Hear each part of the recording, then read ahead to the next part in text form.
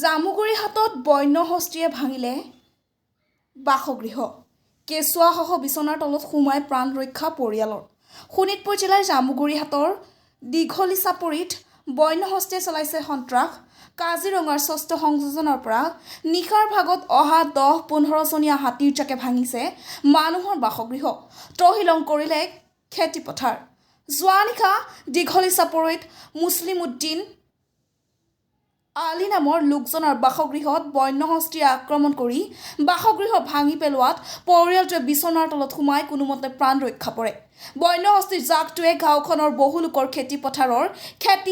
খেচিগুলি তহিলং কৰাৰ লগতে তামোল গছ পৰ্যন্ত ভাঙি পেলায় অঞ্চলটোত বন্যহস্তীৰ উপদ্ৰৱ অব্যাহত আছে যদিও বনৰীয়া হাতীৰ উপদ্ৰৱ ৰোধ কৰাৰ ক্ষেত্ৰত বন বিভাগ ব্যৰ্থ হোৱা অভিযোগ উত্থাপিত হৈছে হাতীয়ে আমাক বহুত উৎপাত কৰি আছে হাতীৰ কাৰণে খুব নোৱাৰো খেতি পথাৰ কৰিব নোৱাৰো খেতি পথাৰ যি কৰিছিলো অলপ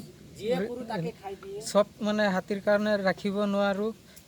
এতিয়া মানে ধাৰ চাৰ কৰি খেতি পথাৰ কৰিছিলো এতিয়া হাতীয়ে সব খাই দিলে গতিকে থাকা ঘৰটো ভাঙি চাঙি শেষ কৰি দিলে আমি পলাব নোৱাৰিলো ঘৰৰ চাঙৰ তলত সোমাই আছিলো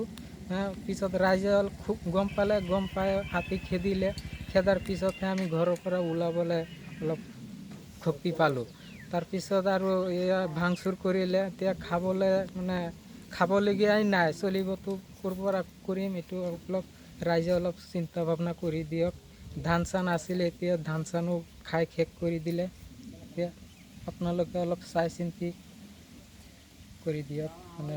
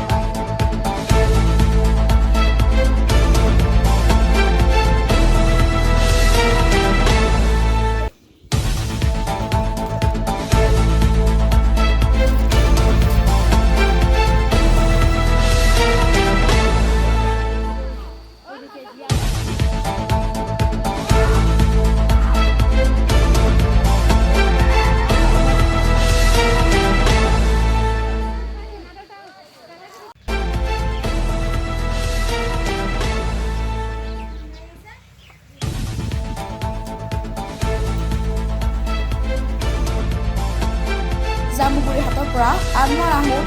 ইণ্ডিপেণ্ডেণ্ট অসম 24